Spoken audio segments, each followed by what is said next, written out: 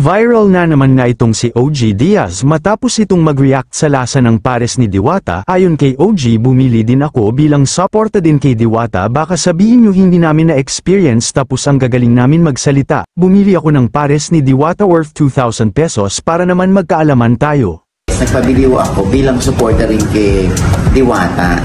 Oo, kasi baka isipin nyo, hindi naman namin experience, ang gagaling namin magsapagsalita. Ayan po, bumili ko po kami.